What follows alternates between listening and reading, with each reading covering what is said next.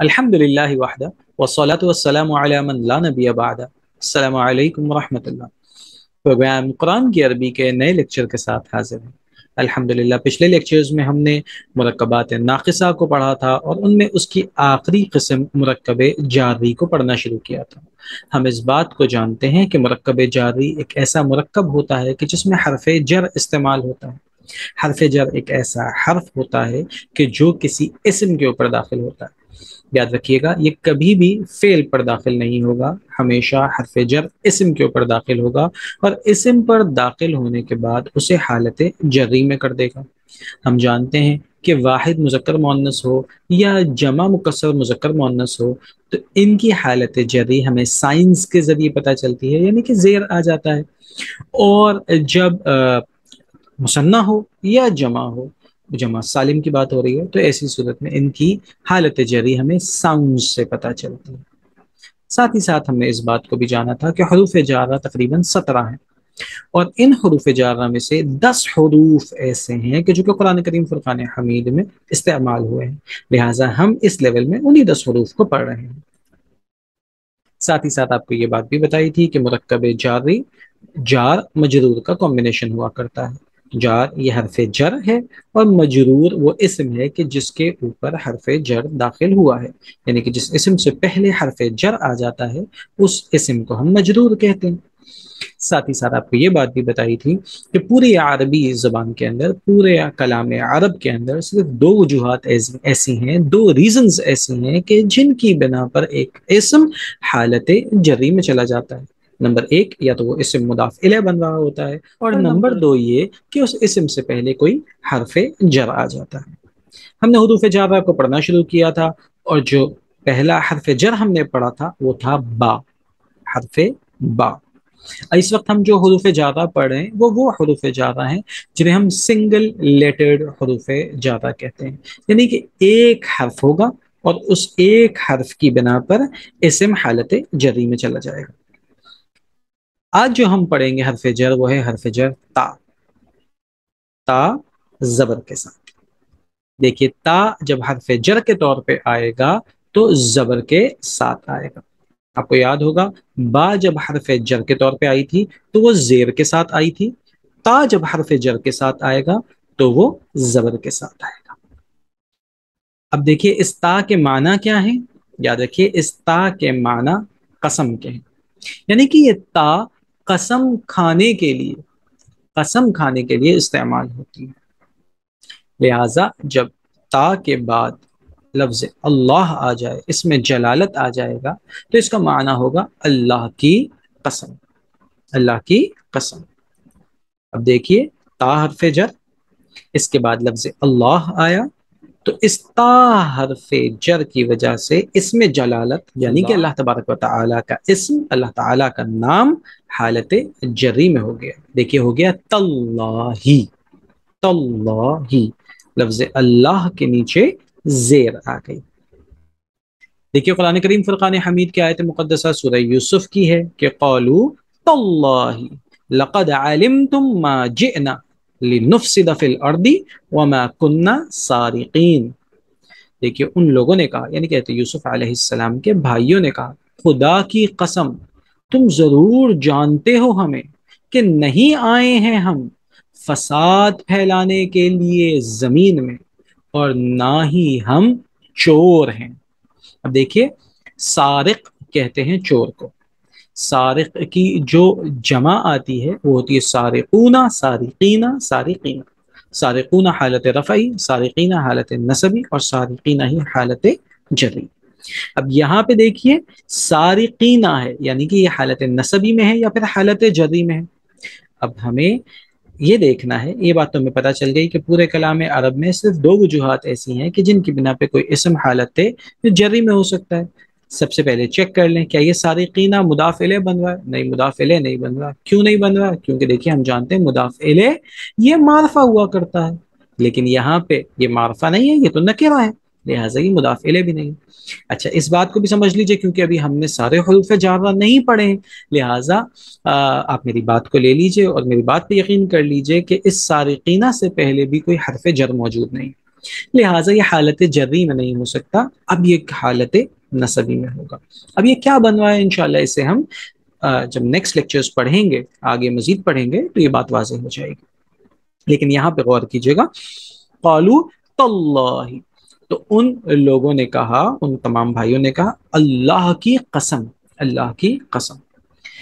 یہاں پہ ایک خاص بات یاد رکھیے گا کہ تا، قسم والا تا صرف اللہ تعالی کے ساتھ خاص ہے، یعنی کہ آپ اللہ کے سوا قسم کھاتے ہوئے تا کا لفظ کسی اور ذات کے لیے استعمال نہیں کر سکتے۔ اللہ سے آپ صرف اللہ کی قسم کھا سکتے ہیں، یعنی کہ تا کے بعد صرف اللہ کا نام نامی آ سکتا ہے، اس کے علاوہ کوئی اور نام نہیں آ سکتا۔ تو اللہ صرف اللہ کے ساتھ خاص ہے۔ ایک اور بات یاد رکھیے گا کہ لفظ با قسم کے معنی میں بھی استعمال ہوتا ہے، با حرف جر یہ قسم کے معنی میں بھی استعمال ہوتا ہے، جیسے کہ کہتے ہیں باللہ، ایک معنی ہے اللہ کے ساتھ اور ایک معنی ہے اللہ کی قسم۔ ایسے ہی تاللہ، اللہ کی قسم۔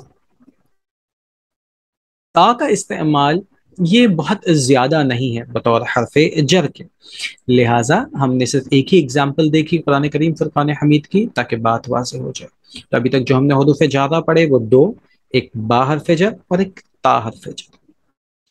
تیسرا حرف جر جو آج ہم پڑھیں گے انشاءاللہ وہ ہے واو۔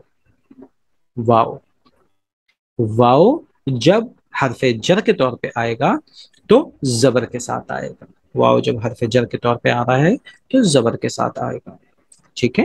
اب آپ مزید دیکھیے، ایک اور واو بھی ہوتا ہے جو کہ اور کے معنی میں ہوتا ہے، اینڈ کے معنی میں ہوتا ہے۔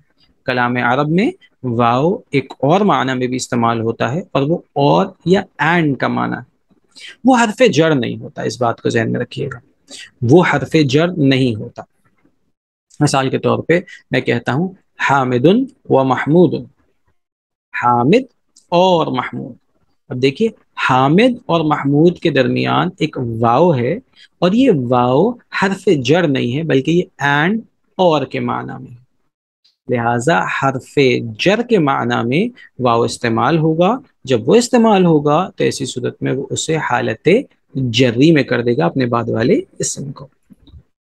اس واو کے معنی کیا ہوتے ہیں جو کہ حالت جری میں کر دیتا ہے اسم کو، جو کہ واو جارہ کہلاتا ہے۔ یہ واو جارہ کہلاتا ہے، اسے ذہن میں رکھیے گا کہ یہ واو جارہ کہلاتا ہے، یہ اپنے بعد والے اسم کو حالت جری میں کر دے گا۔ دیکھیے اس کے معنی بھی قسم کے ہوتے ہیں، اس کے معنی بھی قسم کے ہوتے ہیں، جیسے تاللہ کا معنی ہے اللہ کی قسم، بالکل ایسے ہی واللہ کا معنی ہے اللہ کی قسم۔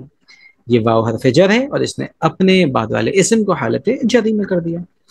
لیکن یہاں پہ اس بات کو ذہن میں رکھیے گا کہ جیسے میں نے عرض کیا کہ تا صرف اللہ کے ساتھ خاص ہے اگر قسم کے معنی میں استعمال ہو رہا ہے حرف جر کے طور پہ، لیکن واو جارہ یہ صرف اللہ کے ساتھ خاص نہیں بلکہ یہ دوسری اشیاء کے ساتھ، دوسری ذاتوں کے ساتھ بھی استعمال ہو سکتا ہے۔ ابھی ہم انشاءاللہ اگزامپلز دیکھتے ہیں تو بات مزید واضح ہو جائے گی۔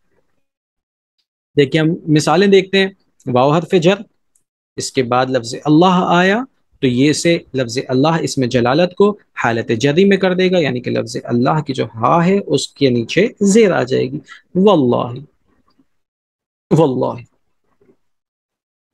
اگلی اگزامپل دیکھیے، والتین، والتین، ٹھیک ہے، اور تین کی قسم یعنی کہ انجیر کی قسم، والعصر زمانے کی قسم، والشمس سورج کی قسم۔ اب دیکھیے گا اگر اس لفظ والعصر میں اگر واو حرف جر نہ ہو تو یہ ہوگا العصر، جو ہی واو حرف جر کا آپ نے اضافہ کیا تو یہ والعصری ہو گیا۔ دیکھیے را کے نیچے زیر آ گیا، والتینی نون کے نیچے زیر آ گیا، والشمسی دیکھیے سین کے نیچے زیر آ گیا۔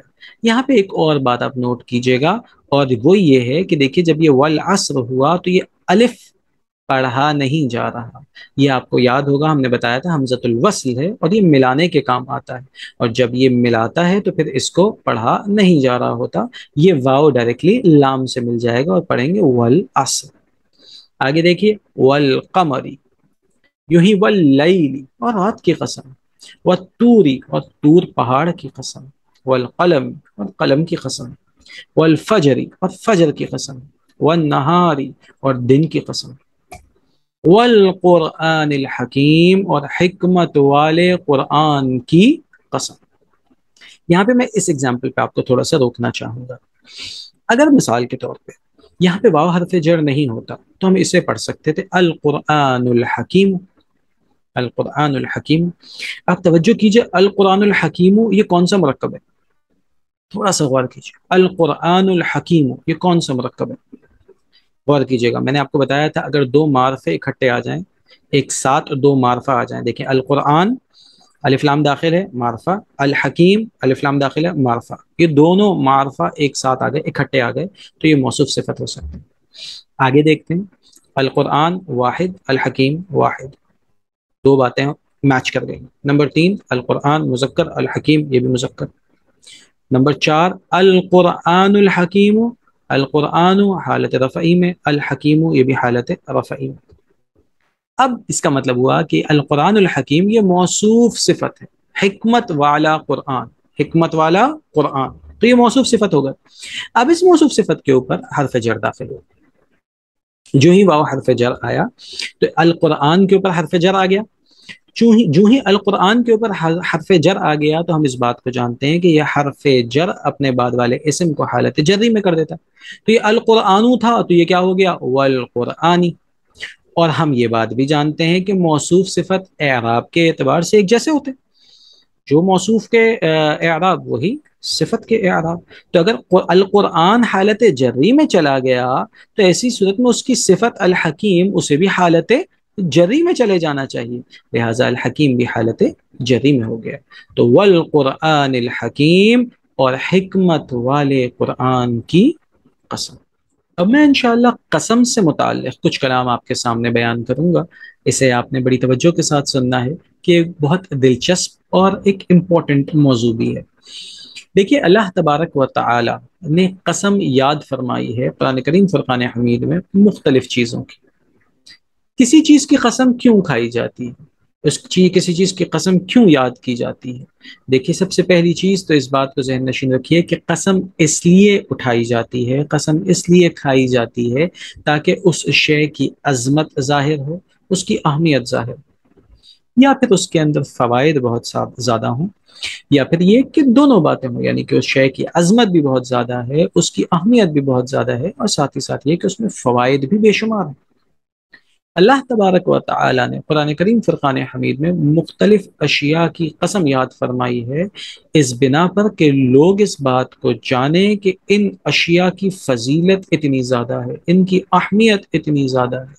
مثال کے طور پہ اگر ہم دیکھتے ہیں والشمس، اور سورج کی قسم، مراد یہ ہے کہ اللہ تبارک و تعالی اس سورج کی قسم کو یاد فرما کر اپنے بندوں کو اس جانب ان کی توجہ مبذول کرانا چاہتے ہیں کہ اے میرے بندوں، یہ سورج اپنے پوری عظمت اور شان اور حجم کے باوجود بھی ہمارا فرما بردار ہے، لہٰذا جب یہ تمام مخلوقات ہماری فرما بردار ہیں تو بطور انسان کے، بحیثیت انسان کے، تم عقل و شعور والے ہو، تمہیں ہمارا کتنا فرما بردار ہونا چاہیے۔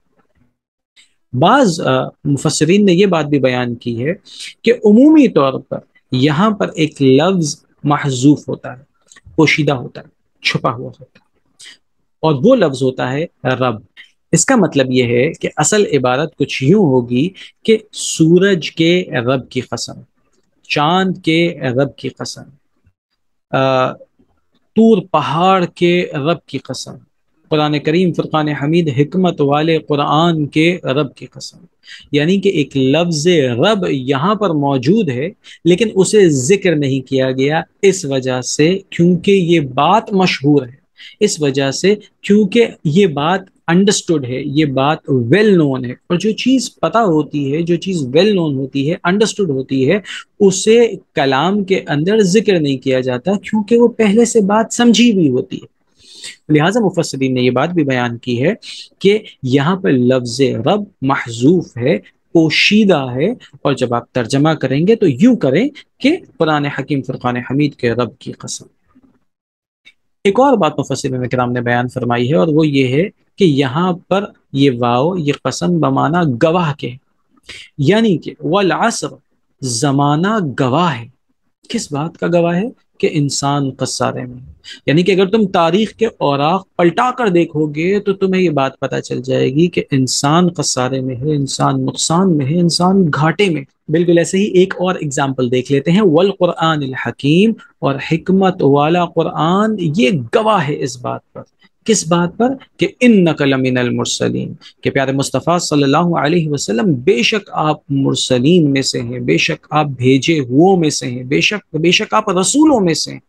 یعنی کہ نبی کریم علیہ الصلاۃ والسلام کی رسالت کے اوپر اللہ تبارک و تعالی نے قرآن کریم فرقان حمید کو بطور ایک گواہ پیش کر دیا، اور فرمایا کہ اللہ تبارک و تعالی اس بات کا اظہار فرماتا ہے کہ آپ رسولوں میں سے۔ تو یہ چند مختصر سی باتیں تھیں جو کہ میں نے آپ کے سامنے ذوق کے لیے بیان کر دی۔ یہاں پہ ایک مسئلہ بھی ہمیشہ ذہن میں رکھیے گا کہ قسم صرف اللہ تبارک و تعالی کی یا اللہ تعالی کے صفات کی کھائی جا سکتی ہے، اور اس کے علاوہ کسی اور شے کی، کسی اور ذات کی قسم کھانا شرعاً جائز نہیں ہے۔ لوگ کہہ دیتے ہیں اپنی ماں کی قسم، تمہارے سر کی قسم، اپنی اولاد کی قسم، یہ تمام قسمیں ان کی شریعت میں کوئی حیثیت نہیں ہے۔ لہٰذا جب بھی قسم کھانی ہو یا قسم ایک شخص اٹھائے تو وہ صرف اللہ رب العزت کے نام کی یا اس کی صفات کی قسم کھا سکتا ہے۔ ویسے تو کوشش یہ کرنی چاہیے کہ انسان کا کلام ہی اتنا صداقت پر مبنی ہو، انسان خود اتنا سچا ہو کہ اسے قسم کھانے کی ضرورت ہی نہ پڑے، یعنی کہ جب وہ بات کرے تو لوگ اس کی بات کے اوپر ویسے ہی یقین کر لیں، اسے قسم کھانے کی ضرورت ہی نہ پڑے۔ آج کے لیے بس اتنا ہی، انشاءاللہ نیکسٹ لیکچر میں ہم مزید حروف جارہ کو آپ کے سامنے پیش کریں گے۔ السلام علیکم ورحمۃ اللہ وبرکاتہ۔